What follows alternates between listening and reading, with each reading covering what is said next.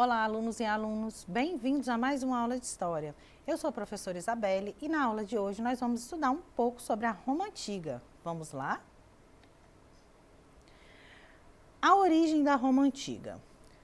A história antiga abrange o contexto de Roma, né? A origem da cidade também está baseada na mitologia. De acordo com a lenda, o que levou à fundação foi quando Enéas, chefe troiano, fugiu dos gregos após eles invadirem Troia. Enéas foi para a Itália e no local se casou com a filha de um rei latino. Com base na mitologia, os descendentes de Enéas, os gêmeos Rômulo e Remo, foram atirados no rio Tibre por Anúlio, né, o rei da cidade. No entanto, eles foram salvos por uma loba que os amamentou.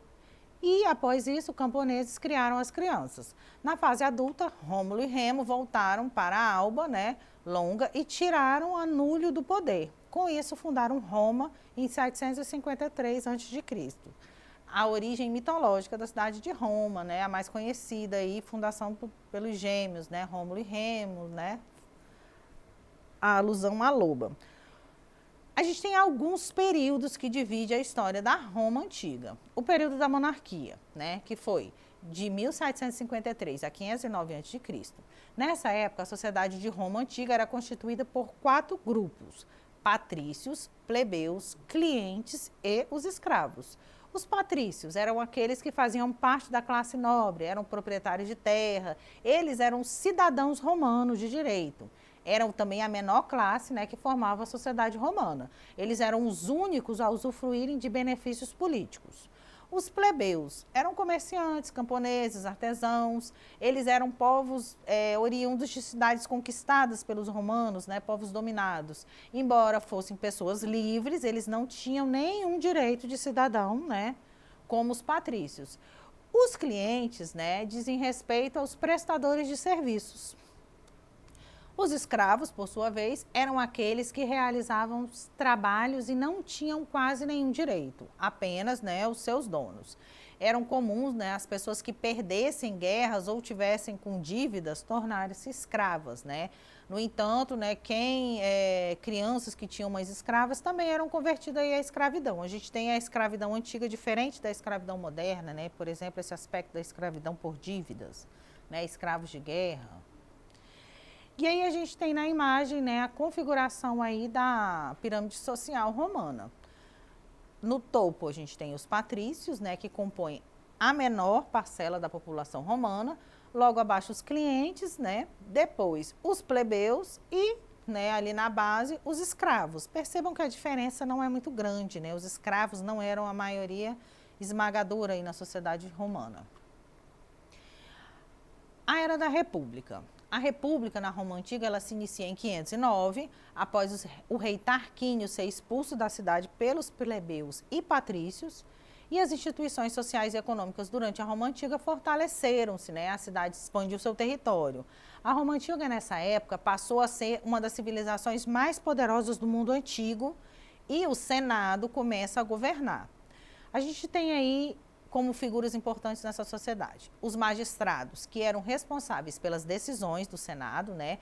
Eles exerceram atividades como a cobrança de impostos, julgar crimes, né? Assim como também vigiar os costumes públicos. Os patrícios, né, que eram quem conduziam as decisões políticas e também constituíam, né, parte do Senado. Eles ainda organizavam as pautas públicas, né, de maneira que desfrutassem o máximo dos seus privilégios. Os plebeus, né, não tinham o direito de intervir nas decisões do Senado. Contudo, né, eles eram essencial para o exército de Roma, né? Conscientes disso, eles passaram a lutar pelos direitos e conseguiram alguns, né? Como os tribunos da plebe, né, que eram representantes, né, a lei das 12 tábuas e as eleições dos magistrados. Em 449 e 287 a.C., os plebeus organizaram 5 revoltas que resultaram em várias conquistas, né? Os tribunos da plebe, as leis das 12 tábuas, as leis licínias e lei canuleia, né? Com essas medidas, as duas classes praticamente se igualaram. Os tribunos da plebe, né, como são chamados aí, né, o tribuno plebeu ou tribuno do povo, foi uma conquista que viabilizou o primeiro cargo para os plebeus. Por meio desse estabelecimento, os magistrados poderiam vetar qualquer decisão que prejudicasse essa classe. A lei das 12 tábuas, né? Os plebeus conseguiram ter conhecimento das leis escritas de modo que impedissem prejuízos à sua classe. Por outro lado, né, os patrícios, no início, resistiram muito a essa medida, claro, né? Mas, contudo, as normas, né, foram estabelecidas e colocadas no Fórum Romano. Outra conquista dos plebeus foi a eleição dos magistrados, em 362 a.C. Esse episódio estabeleceu a eleição do primeiro cônsul dos plebeus. Roma passou por uma crise, né, a crise na República. Então, na era da República, né, foi marcado por muitos conflitos sociais e pela instabilidade política. Não existe uma data que marque quando aconteceu, assim como o principal fator que motivou a crise na República Romana. Contudo, né, a gente sabe que as violências contra os escravos, reformas agrárias e as guerras internas e externas contribuíram para esse processo de degradação da República Romana. Para organizar a política administrativa, generais do exército fracionaram o poder de Roma. Esses generais foram, né, Júlio César, Pompeu, o Grande, e Marco Licínio, Crasso, né? Os três formaram o primeiro triunvirato, né, que vai de 60 a.C. a 53 a.C. Depois que Júlio César foi assassinado, né, cria-se o segundo triunvirato, né, de 43 a.C. a 33 a.C., que era composto por Marco Antônio, Otávio e Lépido. Depois dessa crise aí na República, a gente entra na fase do Império Romano, que dura de 27 a.C. a 476 a.C. O imperador Otávio, 476, aliás, depois de Cristo, né? O imperador Otávio Augusto, né, reorganiza a sociedade romana e amplia a distribuição, né, do pão e trigo e de divertimentos públicos, né, a política do pão e circo, né, tão famosa aí no Império Romano. Depois de Augusto, várias dinastias sucederam, né, entre os principais imperadores. A gente cita aí o Tibério, Calígula, Nero, Tito, Trajano, Adriano e Marco Aurélio. Dois nomes, né, se sobressaem, né, durante o Império Romano, né, sobre todos os outros. E esses são o Júlio César e o Augusto. Após vários conflitos, o Júlio César ele torna-se um ditador, né, com o apoio do Senado e apoiado pelo Exército e pela plebe urbana também. Ele começa a acumular títulos, né, concedidos pelo Senado. Ele torna-se pontífice máximo e passou a ser, né, ditador perpétuo. Ele podia reformar a Constituição. Censor vitalício, né, podia escolher senadores e cônsul vitalício, além de comandar o exército em Roma, nas províncias. Ele acabou com as guerras civis, construiu obras públicas, reorganiza as finanças do império, obrigou proletariados a empregar homens livres, promoveu a fundação de colônias, né, colônias romanas fora ali do território do império, reforma o calendário, dando seu nome ao sétimo mês, né, julho, e introduziu o ano bissexto. No dia 15 de março, né, de 44 a.C., Júlio César ele foi assassinado. Seu sucessor, Otávio, recebe o título de Augusto, né, que significava escolhido dos deuses. E aí a gente tem início, né, o governo de Augusto, que é marcado, né, por um longo período de calma e prosperidade. No governo do Otávio Augusto, ele profissionaliza o exército, cria o correio, né, os magistrados e senadores tiveram seus poderes reduzidos, cria o Conselho do Imperador, que se tornou mais importante que o Senado. Os cidadãos começaram a ter direitos proporcionais aos seus bens, né? Surgem, assim, três ordens sociais. A ordem senatorial, né, que tinham privilégios políticos, a ordem equestre, né, que podiam exercer alguns cargos públicos, e a ordem inferior, né, que não tinham nenhum direito. Ele mandou punir as mulheres adúlteras, né, estimulou o culto aos deuses tradicionais romanos, né, Apolo, Vênus, César, Júpiter, e combateu a introdução das práticas religiosas estrangeiras, como o cristianismo, que vinha penetrando aí no Império Romano. Observem aí a dinastia dos imperadores romanos. A gente tem aí a primeira, né, que é a dinastia Júlio-Claudiana, né, com Tibério, Calígula, Nero e Cláudio. A segunda dinastia, né, que é a Flaviana, com Vespasiano, Tito, Domiciano. A terceira, que é a dinastia dos Antoninos, né.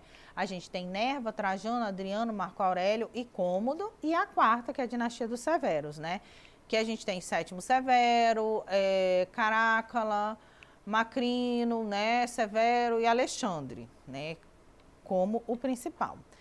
Então, a história de Roma, né, ela vai abrangendo um longo período. A decadência do Império Romano, por fim, né? Alguns fatores contribuem com essa crise do Império, né? Principalmente o colapso do sistema escravista, a diminuição da produção e o fluxo comercial, né? A pressão dos povos que habitavam as fronteiras, né? Os bárbaros, né? Começam aí as invasões bárbaras. E a partir de 235, né? O Império começou a ser governado pelos imperadores soldados, né? Cujo principal objetivo era combater as invasões. Do ponto de vista político, o século III caracterizou-se pela volta, né, da anarquia militar. Né? Num período de apenas meio século, né, Roma teve 26 imperadores, dos quais 24 foram assassinados. Com a morte do imperador Teodósio, né, em 395, o Império Romano ele ficou dividido entre seus filhos, né, Honório e Arcádio. Aí a gente tem a divisão, né, que ficou entre o Império Romano do Ocidente, né, com a capital em Roma, e o Império Romano do Oriente, né, que ficou lá para o Arcádio, com a capital lá em Constantinopla. E caracterizando aí o fim do Império, né, em 476, que é o ano, né, que marca ali a divisão da Idade Antiga para a Idade Média, a gente tem aí o Império Romano se desintegrando, né, restando apenas o Império Romano do Oriente lá, né, o Império de Bizâncio, né, fica lá na cidade de Bizâncio.